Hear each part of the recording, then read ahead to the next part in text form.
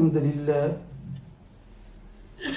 لله نحمده ونستعينه ونستغفره ونؤمن به ونتوكل عليه ونعوذ بالله من شرور أنفسنا ومن سيئات أعمالنا من يهده الله فلا مضل له ومن يضلله فلا هادي له وأشهد أن لا إله إلا الله وحده لا شريك له وأشهد أن سيدنا ونبينا ومولانا محمدا عبده ورسوله أرسله الله تعالى إلى كافة للناس بشيرا ونذيرا وداعيا إلى الله بإذنه وسراجا منيرا صلى الله تعالى عليه وعلى آله وأصحابه وأزواجه وذرياته وأهل بيته وطاعته أجمعين أما بعد فقد قال الله تبارك وتعالى في القرآن المجيد والفرقان الحميد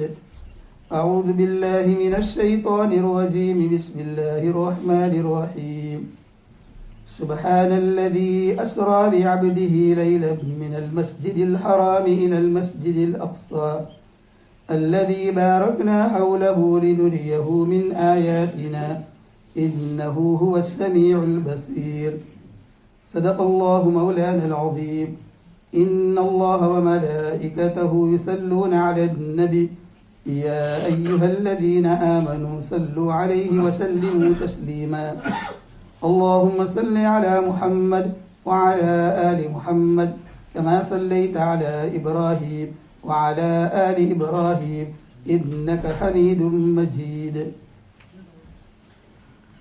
بزرگان محترم، اللہ تبارک و تعالیٰ کا یہ بڑا کرم اور احسان اور فضل ہے کہ اس کریم ذات نے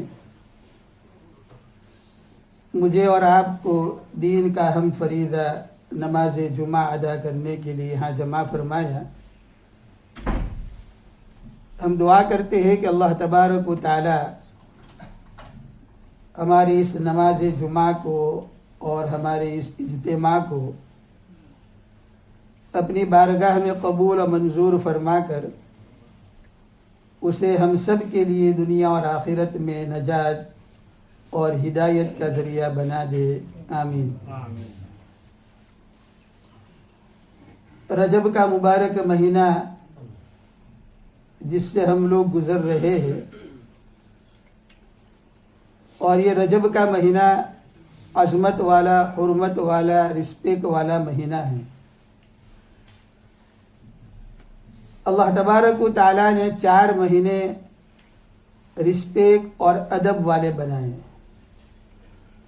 اور یہ اس وقت سے بنائے اللہ تعالیٰ نے جس وقت زمین اور آسمان کو اللہ نے پیدا کیا.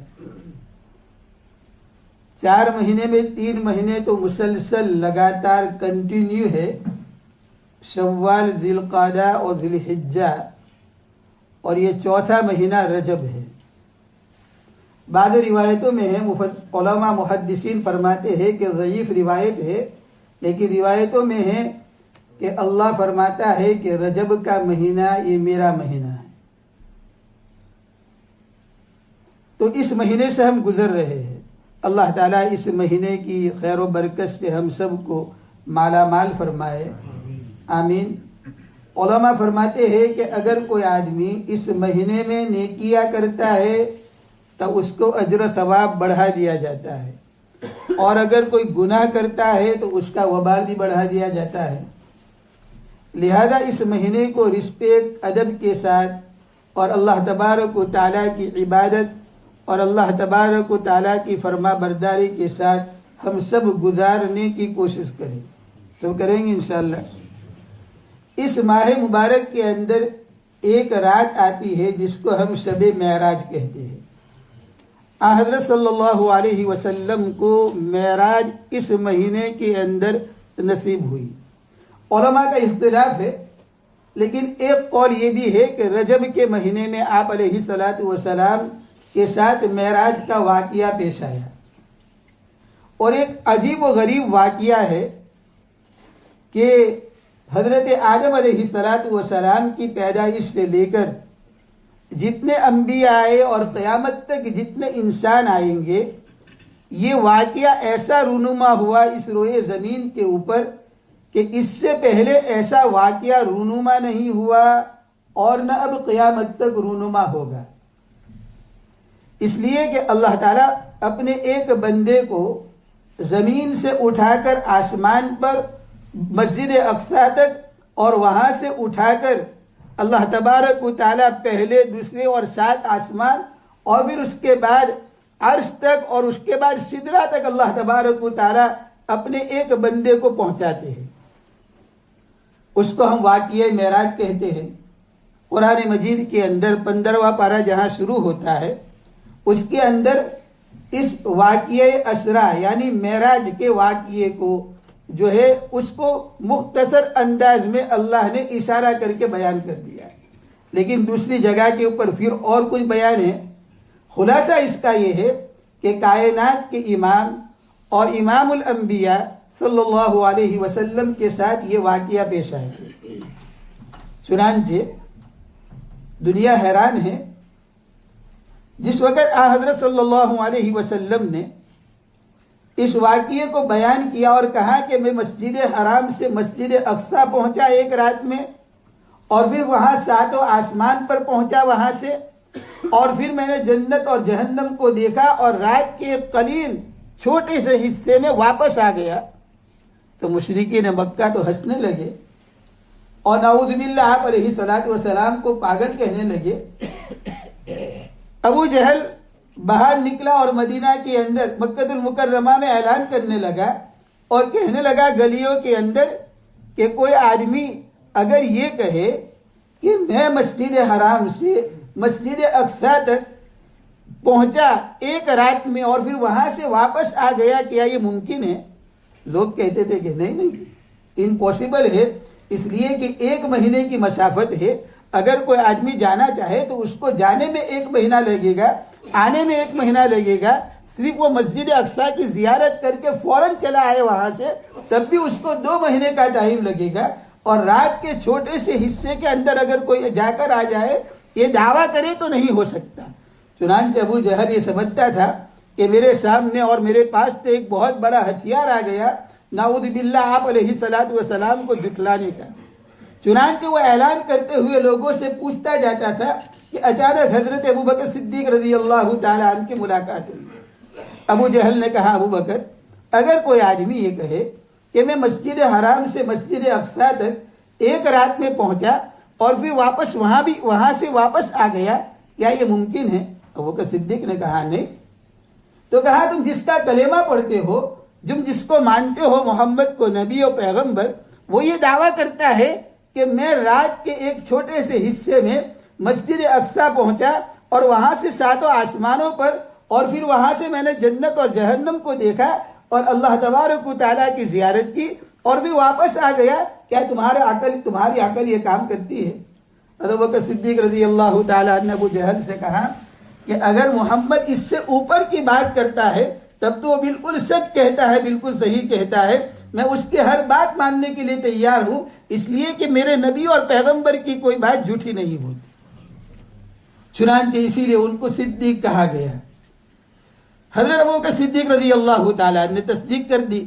خیر، چنانچہ سائنس یہ کہتی ہے آج کے زمانے کے اندر، اور واقعی معراج کے اوپر مختلف لوگ مختلف قسم کے بیانات کرتے ہیں۔ سوشل میڈیا کا زمانہ ہے، ہماری ینگسٹر جانتے ہیں، ایک طبقہ وہ کہتا ہے کہ آسمان تو بہت اونچائی کے اوپر ہے، پھر آسمان کے اندر کوئی دروازے نہیں ہیں، آسمان کے اندر جانے کا کوئی راستہ نہیں ہے، اوپر سے نیچے آنے کا کوئی راستہ نہیں ہے، ایک آدمی کس طرح اوپر پہنچ سکتا ہے اور پھر وہ 7 آسمانوں کے اوپر پہنچتا ہے؟ یہ تو بالکل عقل کے اندر آنے والی بات نہیں ہے۔ لیکن ہم ان سے پوچھتے ہیں کہ حضرت آدم علیہ الصلوۃ والسلام اور حضرت بی بی حوا، جس کو سب مانتے ہیں، ساری اقوام مانتی ہے کہ سب سے پہلے انسان حضرت آدم ہے، اور سب سے پہلی عورت جو دنیا کے اندر آئی حضرت آدم کے ساتھ وہ ہماری ماں حضرت حوا ہے، دونوں آسمان سے نیچے اترے۔ آسمان کے اندر اگر دروازے نہیں ہے اور آسمان کے اندر کوئی شگاف نہیں ہوا تو دونوں آسمان سے نیچے اترے تو کس طرح اترے؟ اللہ کی قدرت سے اترے، جنت سے اتارے گئے۔ حضرت عیسیٰ علیہ السلام کے بارے میں ہمارا عقیدہ ہے کہ ان کو سولی نہیں دی گئی، اللہ تعالیٰ نے اس کو آسمانوں کے اوپر اٹھا لیا۔ چنانچہ حضرت عیسیٰ علیہ السلام کو اٹھایا تو اس وقت بھی آسمان میں دروازے نہیں تھے، اور اس وقت بھی آسمان کے اندر کوئی شگاف نہیں ہوا، تو آدم اوپر سے آ سکتے ہیں، عیسیٰ نیچے سے اوپر جا سکتے ہیں، تو محمد عربی صلی اللہ علیہ وسلم جو امام الانبیاء ہے، اگر وہ یہ بات کہے کہ میں 7 آسمان کے اوپر پہنچا اور اللہ نے قرآن کے اندر کہا کہ میرا پیغمبر اور میرا نبی میرے پاس پہنچا اور میں نے ان کو جنت اور جہنم دکھائی، تو ظاہری بات ہے کہ ہمارا ایمان اور ہمارا عقیدہ مضبوط ہوتا ہے کہ ہم اللہ کی بات پر ایمان لاتے ہیں، اور ہم اس بات کا اقرار کرتے ہیں کہ اللہ تبارک و تعالیٰ نے اپنے پیغمبر اور نبی کو معراج پر بلایا۔ کیوں بلایا؟ اللہ فرماتے ہیں بارکنا حولہ، مسجد اقصیٰ کے اطراف کے اندر جو ہے بہت ساری برکتیں اور رحمتیں ہیں اور بہت سارے عجائبات ہیں، ہم نے اس پیغمبر کو وہ عجائبات دیکھنے کے لیے بلایا۔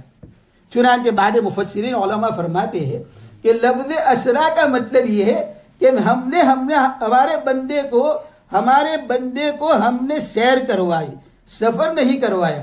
علماء فرماتے ہیں سفر اور سیر کے اندر فرق ہوتا ہے۔ سفر یہ ہے کہ ایک آدمی ہیتھرو ایئرپورٹ پہ جا رہا ہے اس لیے کہ اس کو جانا ہے آگے دبئی، یا اس کو جانا ہے قطر، یا اس کو جانا ہے عمرے کے اندر، یا اس کو انڈیا، پاکستان، بنگلہ دیش جانا ہے، تو وہ جلدی جلدی سفر کرتا ہے۔ اس کے دماغ میں ایک بات ہوتی ہے کہ 2 گھنٹے میں مجھے پہنچنا ہے۔ لیکن اگر کوئی آدمی سیر و تفریح کے لیے نکلتا ہے تو وہ بہت ساری منزلوں کے اوپر ٹھہرتا ہوا جاتا ہے، وہ گھومتا ہوا جاتا ہے۔ تو اللہ فرماتے ہیں کہ اسرا، ہم نے تو ہمارے نبی کو سیر کرائی، سیر یعنی ہمارے نبی کو تفریح کروائی، سفر نہیں کیا ہمارے نبی نے بلکہ صرف سیر کی۔ اور اللہ کے نبی صلی اللہ علیہ وسلم مختلف جگہوں کے اوپر ٹھہرتے ہوئے چلے گئے اور عجائبات قدرت دیکھتے چلے گئے۔ چنانچہ روایتوں کے اندر آتا ہے حضرت جبرائیل علیہ السلام اللہ کے نبی کے ساتھ ہے، اور آپ علیہ السلام ایک جگہ سے گزرے۔ پوچھا اللہ کے نبی نے کہ جبرائیل یہاں عجیب و غریب خوشبو آ رہی ہے، یہ خوشبو کیسی؟ تو کہا یا رسول اللہ صلی اللہ علیہ وسلم، یہ خوشبو وہ ہے کہ فرعون کی جو بیوی تھی، اس بیوی کو میک اپ کرنے والی جو اس کی خادم آئی تھی، اس کے محل سے ہم لوگ گزر رہے ہیں، تو وہ اتنی خوشبو استعمال کرتی تھی فرعون کی بیوی کہ جس کی وجہ سے وہ خوشبو آج تک تمہیں اور ہمیں محسوس ہوتی ہے۔ چنانچہ بہت ساری چیزیں اللہ تعالیٰ نے بتائی۔ اللہ کے نبی صلی اللہ علیہ وسلم آسمانوں کے اوپر پہنچے، اللہ تبارک و تعالیٰ اللہ کے نبی کو بتانا چاہتے تھے اور رہتی دنیا تک آنے والے انسانوں کو بتانا چاہتے تھے کہ تمہارے اعمال ہم تمہارے نبی کے سامنے کھول کر رکھ دیں گے۔ حضرت سلیمان علیہ السلام جلیل القدر پیغمبر ہیں، اور حضرت سلیمان علیہ السلام کے اوپر اللہ تعالیٰ نے زبور اتاری۔ حضرت سلیمان علیہ السلام مجلس میں بیٹھے ہوئے ہیں، اور آ کر ایک پرندے نے خبر دی اور کہا کہ ایک ملکہ، ایک عورت ایک جگہ کے اوپر حکومت کرتی ہے، اور اس کا تخت ایسا ہے ویسا ہے، اس کی پوری کیفیت بیان کی۔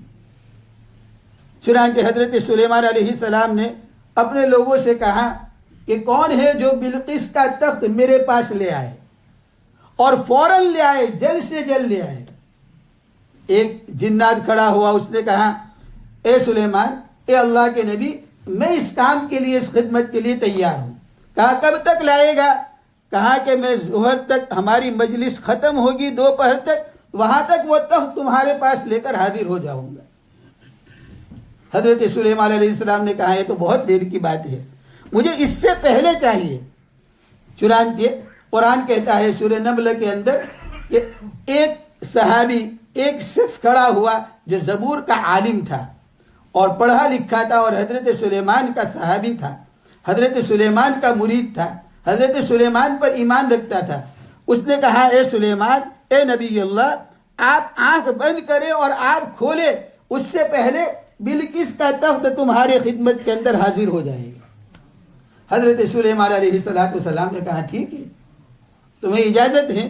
چنانچہ پل جھپکنے کے اندر حضرت اور بلقیس کا تخت ایسا چھوٹا سا ہمارا موبائل فون کی طرح نہیں تھا جو جیب کے اندر لے کر آ گئے، نہیں، روایتوں کے اندر آتا ہے کہ 60 ہاتھ 60 گز جو ہے چوڑا اور 80 گز جو ہے وہ لمبا اور تقریباً 7 ہاتھ جو ہے وہ موٹا تھا، اس لیے کہ حکومت چلاتی تھی بلقیس اور اس پہ پوری ان کی کیبنٹ بیٹھتی تھی اور سب لوگ اس پر جمع ہوتے تھے، تو بڑا مضبوط تھا اور اتنا بڑا تخت اٹھا کر لانا ہے۔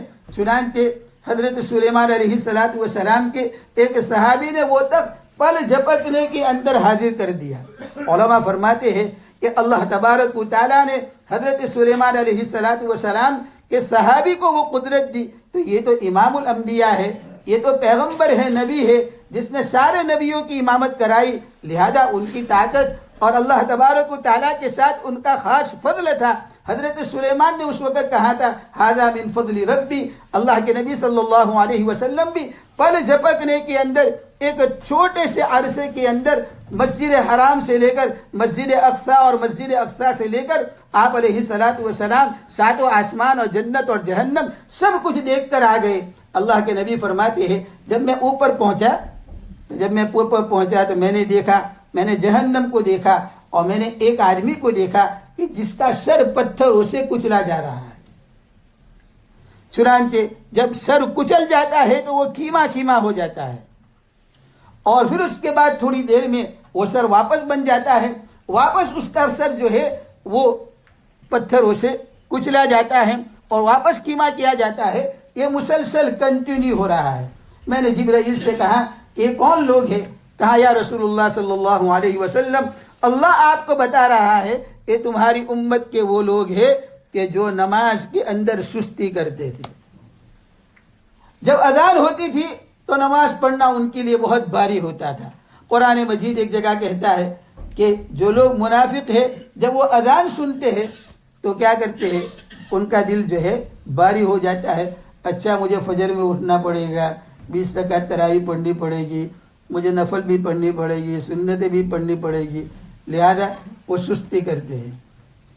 اللہ کے نبی سے جبرائیل نے کہا جبرائیل یہ وہ لوگ ہیں کہ جو نماز نہیں پڑھتے تھے یا نماز میں سستی کرتے تھے یا کبھی پڑھی کبھی نہیں پڑھی، یہ وہ لوگ ہیں۔ نماز یہ اللہ تبارک و تعالیٰ نے معراج میں عطا کی، 50 نمازیں عطا ہوئی اور جب چھٹے آسمان پر آئے لیتے ہوئے حضرت موسیٰ ملے، پوچھا کیا تحفہ ملا؟ کہا 50 نمازیں دی۔ کہا یا رسول اللہ صلی اللہ علیہ وسلم میں اپنی امت کا تجربہ رکھتا ہوں، پچھلی امت ہوگا، تمہاری امت 50 نہیں پڑھ سکے گی، جاؤ۔ اللہ کے نبی گئے، 5 کم ہوئی، 5 کم ہوئی، علماء فرماتے ہیں 9 مرتبہ گئے۔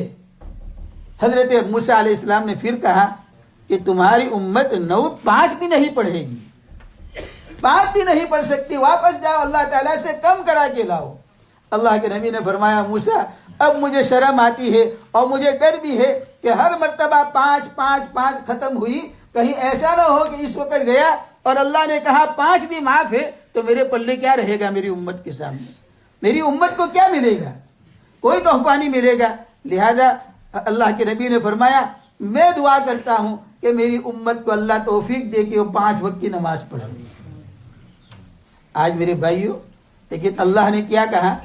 اللہ نے کہا لا تبدیل لکلمات اللہ، اے محمد ہماری بات عدلتی بدلتی نہیں ہے، میری اور آپ کی بات بدلتی ہے، عدلتی ہے۔ ابھی ہم نے کچھ کہا، بعد میں کچھ کہا، ابھی کچھ کہا، پھر کچھ کہا، پھر کچھ کہا، پھر کچھ کہا، لیکن اللہ فرماتے ہماری بات نہیں بدلتی۔ تو کیا ہوا؟ اللہ نے کہا من جاء بالحسنۃ فلہ عشر امثالھا، اگر کوئی آدمی کوئی نیکی کرے گا، تم 1 نماز پڑھو گے، اللہ نے کہا ہم 10 کا ثواب دیں گے، تم 5 پڑھو گے، اللہ مجھے اور آپ کو 50 کا ثواب دیں گے۔ لہذا میرے بھائیوں یہ معراج کے واقعے میں اور یہ جو ہے اس مہینے کے اندر ہم جتنے لوگ یہاں بیٹھے ہیں اگر ہم نماز پڑھ رہے ہیں تو اللہ کا شکر ادا کریں کہ ہم 5 وقت کی نماز جماعت کے ساتھ ادا کر رہے ہیں۔ اللہ کا شکر ہے کہ اللہ ہمیں توفیق دے رہا ہے۔ اگر نہیں پڑھ رہے ہیں تو آدمی کوشش کرے کہ مجھے 5 وقت کی نماز پڑھنی ہے، مردوں کو بھی عورتوں کو بھی، اور جتنی نمازیں میری قضا ہوئی ہے پیچھے اس کو مجھے ادا کرنا ہے، اس لیے کہ کل قیامت کے دن سب سے پہلے نماز کا حساب ہوگا، نماز کے بارے میں پوچھا جائے گا۔ اور نماز کیا ہے؟ اللہ کے نبی نے فرمایا نماز یہ مومن کی معراج ہے۔ میرے اور آپ کے نبی کی معراج کیا کہ اللہ کے نبی اپنی روح اور جسم کے ساتھ آسمانوں کے اوپر گئے۔ مومن اور اپنے امتی کی معراج کیا ہے؟ اللہ کے نبی نے فرمایا جب وہ نماز کے اندر کھڑا ہوتا ہے وہ اللہ تعالیٰ سے باتیں کرتا ہے، وہ کلام کرتا ہے، وہ اللہ تعالیٰ سے قریب ہوتا ہے۔ اللہ تبارک و تعالیٰ اس کو دیکھتے ہیں، اللہ تعالیٰ فرشتوں کے اوپر رش کرتے ہیں، دیکھ میرا بندہ میرے سامنے کھڑا ہے عاجزی کے ساتھ۔ لیکن افسوس کے ساتھ کہنا پڑتا ہے ہم کیسے کھڑے ہوتے ہیں؟ ہم کھڑے ہوتے ہیں تو نہ ہمیں اللہ اکبر تکبیر تحریمہ ہمیں معلوم ہے، نہ ہمیں ثنا معلوم ہے، نہ ہمیں قرآن معلوم ہے، نہ ہمیں رکوع کا طریقہ معلوم ہے، نہ ہم سجدہ صحیح کرتے ہیں۔ اس لیے ہماری نماز سنت کے مطابق نہیں ہے۔ اور جو نماز حضرت شیخ رحمۃ اللہ علیہ نے فضائل نماز میں لکھا ہے کہ بہت سارے نماز پڑھنے والے ایسے ہیں کہ وہ نماز پڑھتے ہیں لیکن ان کی نماز آسمانوں تک اور عرش تک نہیں بلکہ اپنے جو ہے سر سے ایک ہاتھ اوپر بھی نہیں جاتی، اور فرشتے یہاں پیسیج میں کھڑے رہتے ہیں، اور جب ہم جاتے ہیں تو وہ کالے کپڑے کے اندر بند کر کے فرشتے اس نماز کو ہمارے منہ پہ مار دیتے ہیں اور کہتے ہیں کہ تمہاری نماز تمہارے ساتھ لے جاؤ گھر کے اوپر، اللہ کو تمہاری نماز کی ضرورت نہیں ہے۔ کیوں؟ اس لیے کہ ہماری نماز ہم نے نماز نہیں سیکھی، زندگی نکل گئے 50 سال سے میں نماز پڑھتا ہوں، ہو گئے نماز فنش، نہ ہم نے ثنا پڑھا، نہ ہم نے سورہ فاتحہ پڑھی، نہ ہم نے سبحان ربی العظیم پڑھی، نہ ہم نے سمیع اللہ لمن حمیدہ کہا، اور نماز ہماری ختم۔ یہ تو پل جب بھی جیسے بلکیس کا تخت آ گیا اتنے میں تو نماز بھی ہو گئی ہماری۔ اسی طرح ہمیں معلوم ہی نہیں ہے کہ ہم تکبیر تحریمہ کس طرح کریں۔ تو میرے بھائیوں، ہر آدمی اپنی نماز کی فکر کرے، ماں بہنیں بھی فکر کرے۔ بہت ساری ماں بہنوں کو ہاتھ اٹھانا نہیں آتا ہے، ہاتھ باندھنا نہیں آتا ہے، سجدہ کرنا نہیں آتا ہے، مردوں کی طرح سجدہ کرتی ہیں۔ لہذا جتنے لوگ بیٹھے ہیں آج کے اس معراج کے حوالے سے پیغام ہے اپنی اپنی نمازوں کو درست کرو، ورنہ روایت میں آتا ہے تمہاری نماز منہ پہ مار دی جائے گی۔ اور نماز کے اندر سستی مت کرو، بلکہ نماز کو وقت کے اوپر مسجد کے اندر آ کر 5 وقت ادا کرو۔ سب کریں گے؟ اللہ تعالیٰ مجھے بھی عمل کی توفیق عطا فرمائے، آپ سب کو بھی توفیق عطا فرمائے۔ انشاءاللہ اسی کو ہم آئندہ کنٹینیو رکھیں گے۔ اللہ تعالیٰ ہم سب کو جو ہے نمازی بنائے اور اللہ تعالیٰ سنت کے مطابق عمل کی توفیق عطا فرمائے۔ آمین۔ وآخر دعوانا ان الحمد للہ رب العالمین۔